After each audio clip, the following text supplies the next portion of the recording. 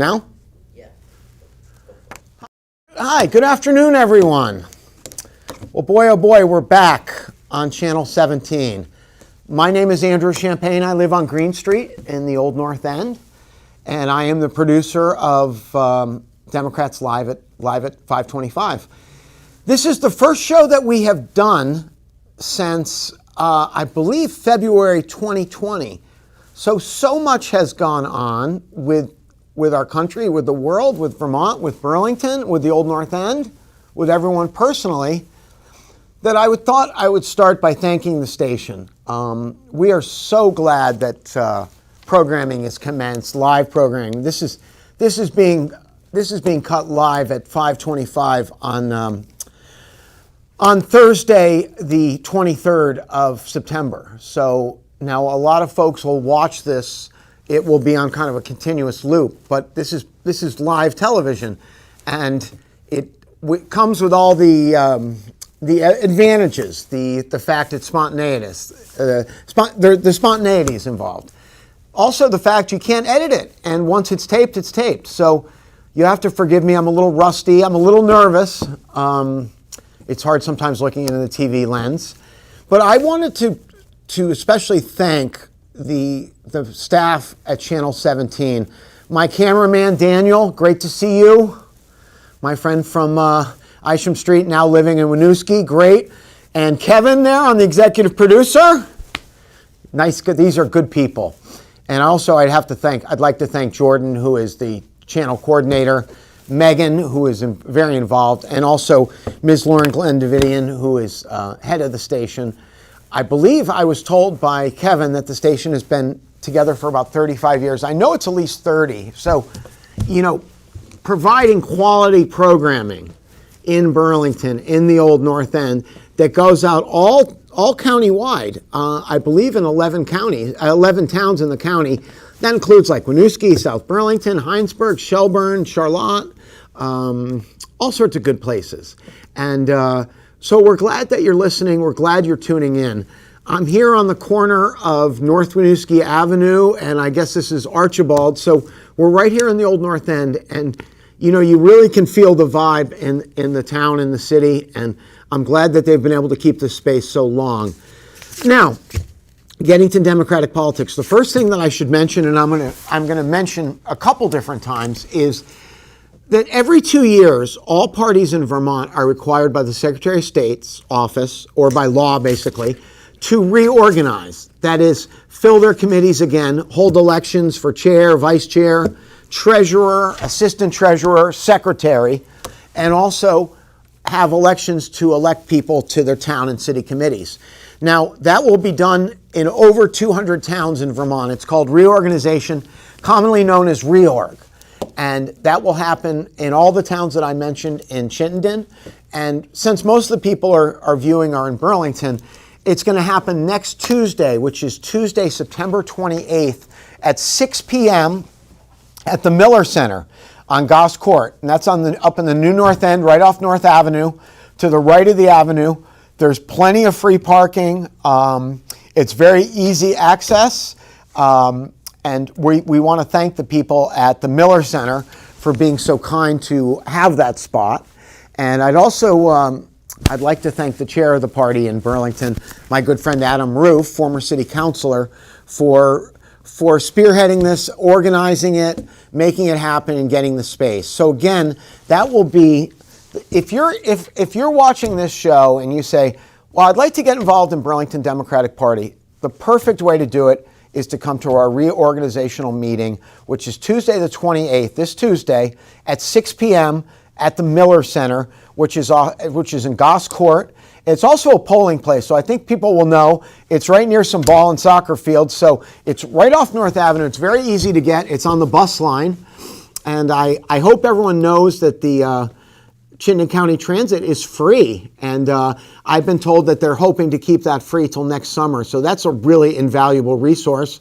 And I might join you on the bus and kind of reduce my carbon footprint or ride my bicycle up there. So we're going to talk about that a couple more times in the broadcast, because we, thanks to Channel 17, we proposed and they agreed upon 45 minutes for the show instead of 30 minutes. So we have 15 more minutes, so we have some more things to talk about. So I'm going to mention that a couple times. And also, when you're doing broadcasts around the dinner hour, you're expecting that people are tuning in. Maybe they watch the first part, or they come in for the second. So to anyone who's watching, this is the first time since February 2020 we've done this show, and we are certainly glad to be back here. So getting back, I'll try to do a bit of a timeline here from March 2020 to September 21. In some ways, it feels like ancient history almost. It's like America before 9/11. It's like a different world. We've seen 600,000 plus Americans pass away from the COVID-19. We've seen millions more catch the virus. We have seen under President Biden a very good rollout of the vaccine. And before I do a timeline, I just want to encourage anyone who is watching who is not vaccinated, please, for the love of your country, of your neighbors, of your friends, of your family, please let's get vaccinated. I had the Johnson & Johnson. I had the 2 shots. The first shot I told the nurse, I'm not even sure you got my arm. And she said, oh, yes, we did. The second shot, I admittedly was a little tired, but that was the only side effects I had. And then when I woke up the next day, I felt great.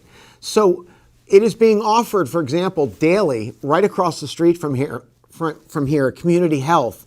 I believe it's being offered at CVS downtown, Walgreens downtown.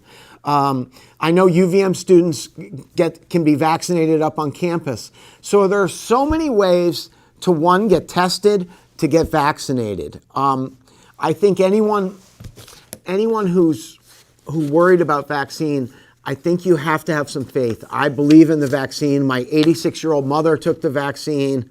We know younger people are taking it, and something about 84% of the population has taken the vaccine, which, thanks to them, that's extraordinary. That's more than 4 out of 5 people. That's 84 people out of 100.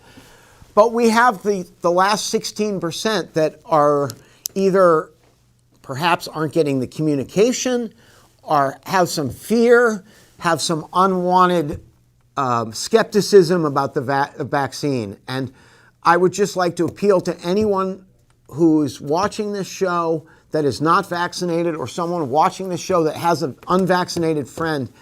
It's so easy. And the one thing I can ask you is to get vaccinated. If anyone has any questions about vaccine sites, they can call me directly at home. I'm involved a little bit in Democratic politics, so I see people and I know where the sites are. But you can, if you feel you want to just call someone and you call a friend, you can call me. And my name is Andrew Champagne. I work best off telephone. You can give me a call in Burlington anytime, 802-540-0717. And I know sometimes there's fear of vaccines, fear of the doctor, fear of needles, but the way that it is being done is so kind and sensitive, and then you wait for 15 minutes and just kind of catch your breath and have some water. So if there's one thing anyone can take out of this program today, is the support the Democratic Party has in Burlington, Vermont, nationwide for the vaccine. And we'd just like to ask you, if you do have some problems or questions, there's so much research out there, and let's really try to get close to 100%. It's vitally important for our country to move forward, for our city to move forward, and obviously for the state of Vermont to move forward. Speaking of the virus, I've got to give a lot of credit to Mayor Moreau Weinberger. He has followed the science to the letter. He's been cautious. He's been optimistic. He hasn't been afraid to give bad news or to realize that we had to do things virtually. And the city has really led the way in safety, in prudence, in caution, but also following the facts. This virus, the last time we had anything like this was 102 years ago. I read an interesting article in the New York Times that there was a woman who died. This was last year. She was 101. She died from the vaccine, but her twin sister had died in 1918 from the influenza virus. So it's incredible. Even though it was 100 years ago, there's a lot of similarities. It really crippled America both times. Obviously, we have a lot more communication and medicine, but the virus virtually shut things down for many months, from about March 10th, 2020 till after New Year's, till the springtime, when people were starting to get the vaccine. Now, coming up, there's shots that you can take. I encourage a flu shot. I encourage a shingle shot. When the booster shot comes, I'm going to be right there for it. And if they need someone to test, you can sign me up, because I think the booster shot will add some added immunity. So again, there's not a more important issue than the health of our country, our economic health, our actual physical health. I live in the college neighborhood, and I always felt so sorry for the UVM students and all students, because virtually there was no summer school. There was just school online, and there was no after school activities. There was no athletics, and it was really, they missed a graduation. They had to come, and this year the UVM, they did a great thing. They kind of did a double graduation, and where I went to high school, we're going to do a double reunion. So it was a very hard time of year. It was very isolating and of course in Vermont, we have the really tough weather here. So there was some nights where it was very sobering. It was very sad. It was depressing is really what it was. And I'm so glad we were strong and got through this. And anybody who went and checked on a friend or helped a friend with a few bucks or some groceries or a little rent money or shoveled their driveway or just sat down and talked with them, I think every person from every party would agree. Thank you very much. So let me, I had to do kind of a long introduction here because, the virus kind of overshadows everything. But so in March of 2020, we had the presidential campaign in full run. Now, before I move on, I've really got to thank Senator Bernie Sanders for his incredible campaign in 2020 and in 2016. But a man who runs on the issues, a man for the people. He ran incredible campaigns both times, and very gracious and very, very, very strong in supporting President Biden. And his campaign was, he did so well, Bernie did and Senator Sanders did, all over the country, and really fired up so many people. And some of the policies that he advocated now, they're almost everyone is advocating for him. Can you imagine having people work a full-time job for less than $15 an hour? How do you survive anywhere on that? Someone trying to expand Medicaid and Medicare. There's 38 states out of 50 that have Medicaid and Medicare for younger people. So that leaves 12 of the states, which is about 25% of the states that have said we don't want this coverage from our country. And obviously not understandable. The Republicans talk a good game about the people, but I don't think they care about the people at all. The Democrats are the party of the people. And again, I want to thank Senator Sanders for all his good work. With the new Congress, with the majority, how slim it is, he is now chair of the Budget Committee, and he is working on the stimulus packages. He is working on the drawing up new budgets, and obviously someone who believes that the government is here to help the people. Someone whose prime influence has been the New Deal, and we see the poverty in this country, and we see how it really affects young kids or older people. We see the problems with drug addiction. To be honest, in Burlington in the last 6 months, I've just seen so much evidence of it, and it's obviously such a sad, empty life that usually ends up in jail, institution, or death. And sometimes out of a pandemic, you will have bad habits that seem to persevere, addiction, alcoholism. But when we talk about recreational drugs, no one can do fentanyl recreationally. It can be 50 times to up to 400 times stronger than heroin. And this is something that's a street drug in Burlington. So these are the issues that we're working on and that President Biden's working on, and Senator Sanders and Senator Leahy and Congressman Welch. I must congratulate Senator Leahy because he is now President Pro Tem of the Senate. The line of succession goes President, Vice President, Speaker of the House, President Pro Tem. And so Senator Leahy is also the longest serving senator in the United States Senate. And I want to thank him for all his good work and caring and helping with the Biden administration, his work on the Judiciary Committee, his work as President of the Senate. And we saw him in action in a lot of hearings on the January 6th, the treasonous affairs of January 6th that we will get to. And also Congressman Welch, unbelievable energy, had so much fun marching. I marched in a few parades with him this summer. And Senator Leahy and Senator Sanders and Congressman Welch, they really have the innate ability. They know all 14 counties very well. Now let's see if anyone knows here. I know all 14 counties, and we'll quickly whip them off for you. Addison, Bennington, Caledonia, Chittenden, where we are, Essex, Franklin, Grand Isle, Lamoille County, Orange County, Orleans County, Rutland County, Washington County, Windham County, and Windsor County. Those are the 14 counties.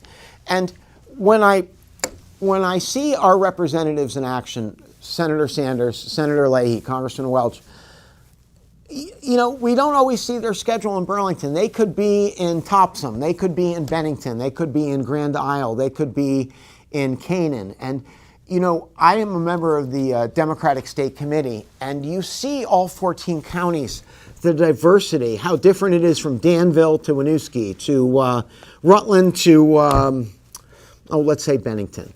And I think obviously for Congressman Welch, he is the only congressman for the whole state. And you know, he's constantly on the road, meeting people, talking to people, meeting the first responders, meeting with educators, meeting with students, meeting with law enforcement, trying to also, he's done some great stuff, as all of these men have, in getting some federal funds here. Now, I'll tell you one that affected me was when Congressman Welch was able to get something called Save Our Stages through, which is Save Our Stages is a bill that was on the stimulus that recognized that without entertainment, without drama, without music, without comedy, that, you know, our lives just weren't the same. And as anyone knows in Burlington, culture's king here. We have, you know, the most incredible music.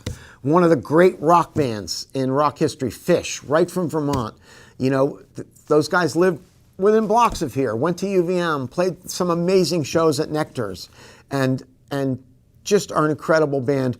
Or Bread and Puppet, or Vermont Symphony. I can name, or the Jazz Fest, the Highlight, the New Year's celebration, the Festival of Fools, the new celebration for Juneteenth, the celebrations on the waterfront, the Maritime Festival, the Grace Potter Festival. I have to thank them. And so what Congressman Welch realized, if these clubs, theaters, nightclubs, lounge, you know, with a stage go out, they'll probably go out forever. And was able to get some serious funding for some stages and clubs and performing spaces in Vermont to keep going and you know, to pay their bills, keep their employees on, and showcase some music. And you know, because I'm on this show a lot, I'll just tell you personally that I want to thank my friends at Higher Ground, because I was hired to do voter reg with them this summer, and I just did my 25th show with them since July 7th. So I'd like to thank everyone at Higher Ground. That, unlike this show, was not any political bias. That was just registering voters. I'm a justice of the peace in Burlington, and we had a lot of success. And you know, people move, or people turn 18, or there's many people, unfortunately, that have never voted. And if we're able to get some first-time voters going, then that's absolutely fantastic. So again, about the Save Our Stages, I'd like to thank Congressman Peter Welch. That was a real excellent thing to do. And as someone who does work in the music business part-time, I want to thank you because it helped me do shows. It helped us have shows and have shows safely. Now, for example, there's Higher Ground. If you go to a performance there, you have to show your vaccination, which I think is fantastic. And so we're trying to create these safe environments. For example, the studio where I'm in, or the Flynn is going to reopen October 28th with a great national act named Angelique Kiddo, who tours all over the world, and she just did a long tour doing the whole Talking Heads album, Remain in Light, and Angelique Kiddo, and they have a full load of concerts coming. Vermont Symphony, all sorts of great stuff. Rock and Roll, Little Feat, Hot Tuna, great bands. So I'd like to give a shout out to all the venues downtown that are keeping going with live music. And that would include Nectar's and Manhattan Pizza and the Flynn and, I can't miss any here.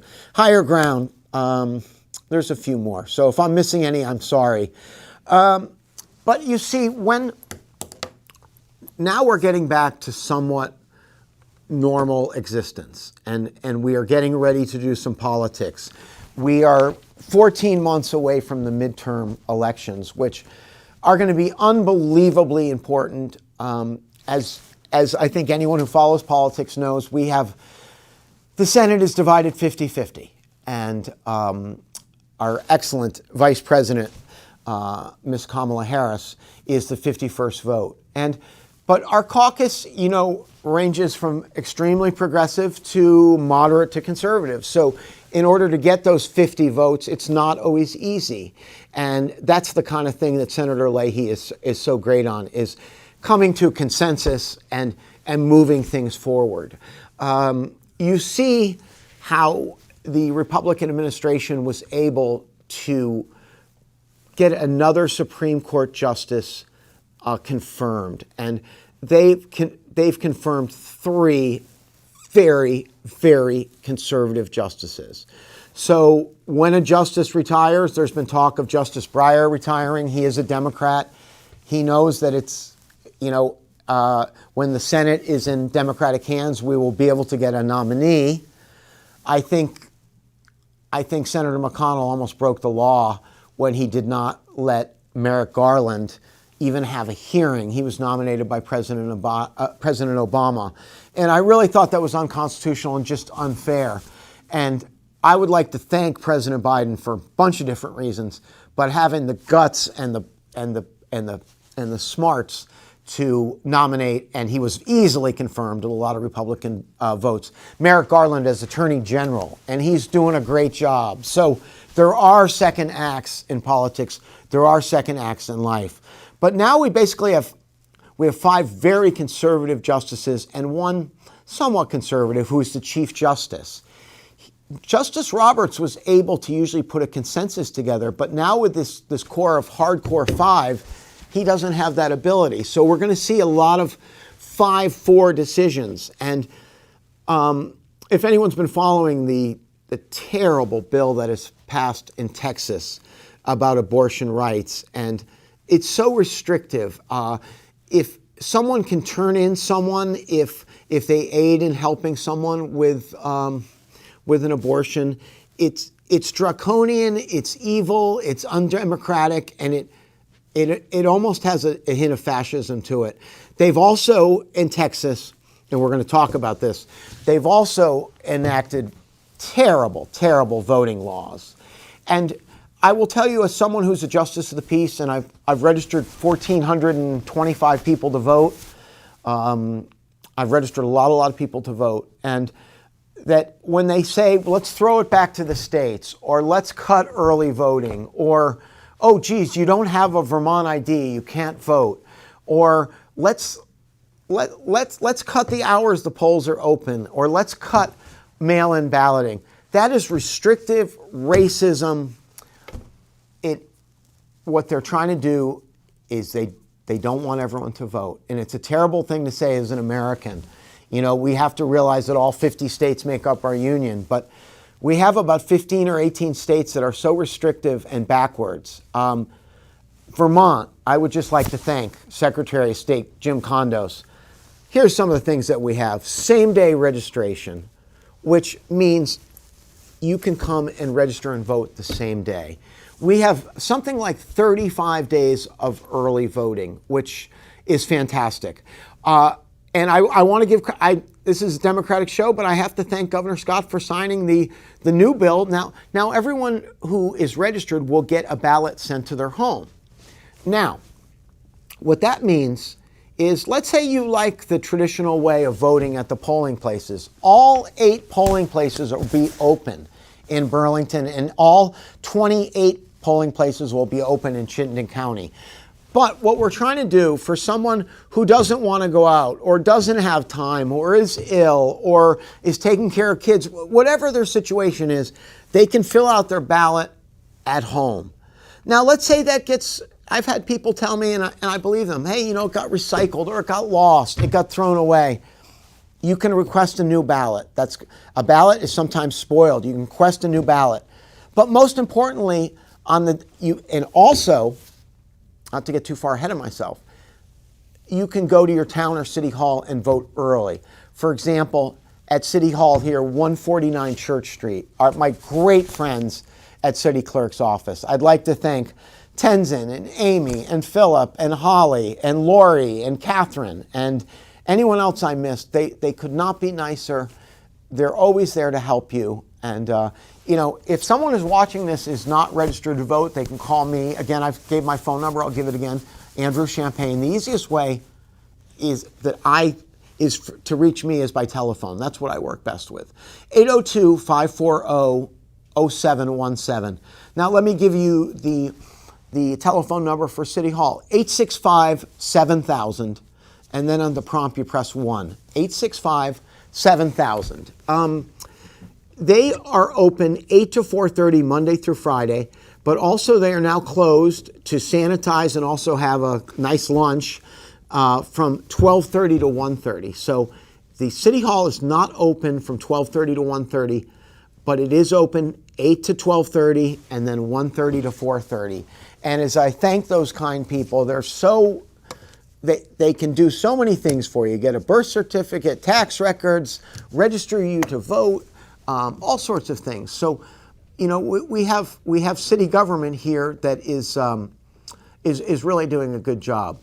So okay, well, let's see what we have. I got about 20 minutes left, it looks like, and so I better get back. Okay, I have 15 minutes. My engineer friend Kevin, thank you. Highly trained crew. Boy, it's gone fast. So let's just there's one name I haven't mentioned. He was a terrible president. He was awful, illegal. I have a lot of respect for the presidency. I care greatly about this country. But President Trump was an illegal president who I think almost was mentally ill in his narcissism and his fabrication and his lies. And that the fact that he was for working people and he was there to help people. And we see with COVID, first he was a COVID denier, and unfortunately he made some terrible mistakes, not believing in the science, not believing in Dr. Fauci. The fact is, we all know a mask really alleviates the COVID. So we got into the summer. Vice President Biden, after a tough but I think fair primary process, was our candidate. He picked an excellent VP, someone from California to give the ticket some geographic difference. Also, the first woman ever was elected Vice President of the United States, and the first woman of color or anyone of color to be elected president, the first person of color to be elected vice president, obviously President Obama, in 2008. But she, very interesting person, a lawyer, a prosecutor, a attorney general, a United States senator, someone with a lot of experience. And, anyone that's working in California, they have 30 million people. And I believe that if they weren't part of the United States, they'd be the 7th or 8th largest country. So anyone who's working there is really going to have an experience of, as we know, California's going through some rough times. But again, they were an excellent team. We saw how President Trump was in the debates, bullying. We saw his real character, nervousness. He realized he was outclassed. President Biden kept his cool, did a great job. Also, then Senator Harris did a great job against Mike Pence. And we came into an election that was so close. More ballots were cast than ever before. In credit, President Trump got a lot of votes. But Mr. Biden got 5 million more and won fair and square. And in all the challenges, everyone has been thrown out. And in all my years, over 20 years working at the polls, I have not seen voter fraud. And we found so little voter fraud. And President Biden was elected fairly and honestly and with dignity and class.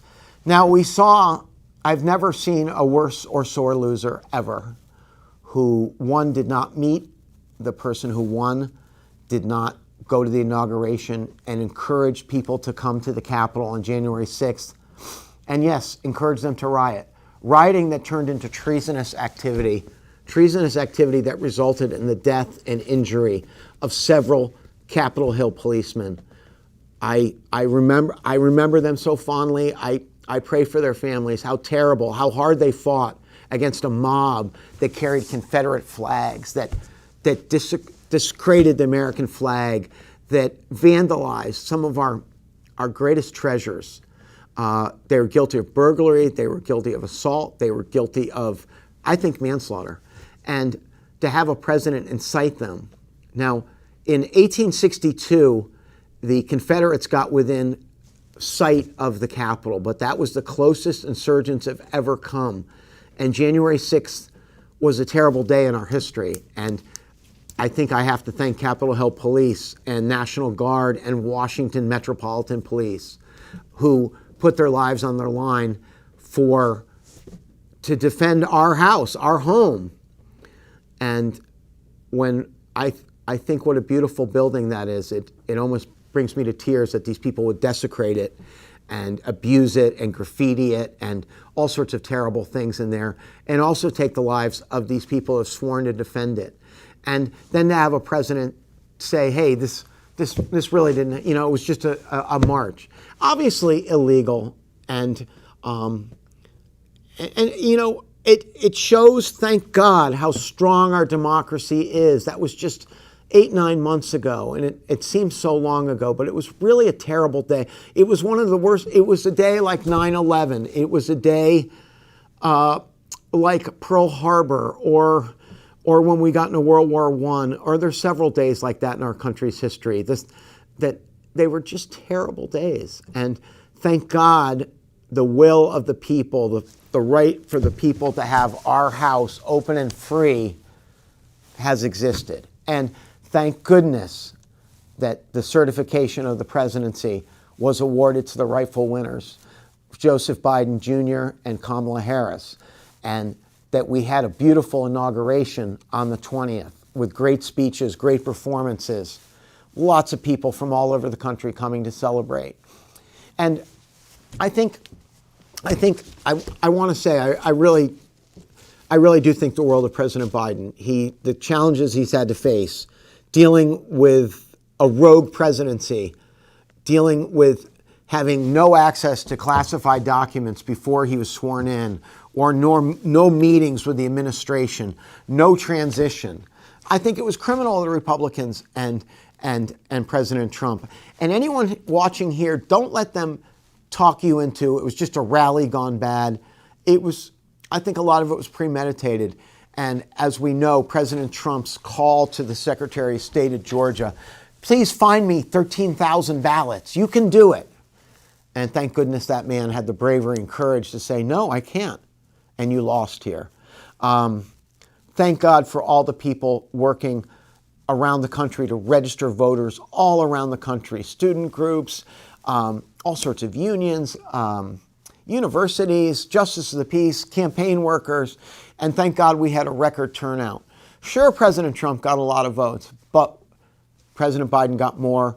He was certified the winner, but you know, I wonder if a country not as strong as ours with moral clarity and history might have perhaps succumbed to chaos and anarchy.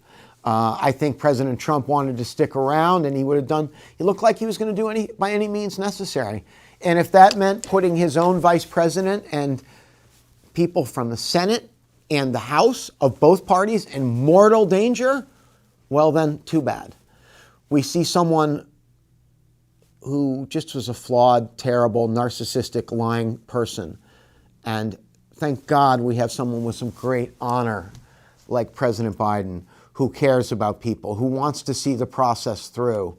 We see these spending bills. We see a national New Deal, for example, on things like new rail, new climate, and the climate change. The Republicans denying climate change. It was the hottest July ever. It was the hottest August ever.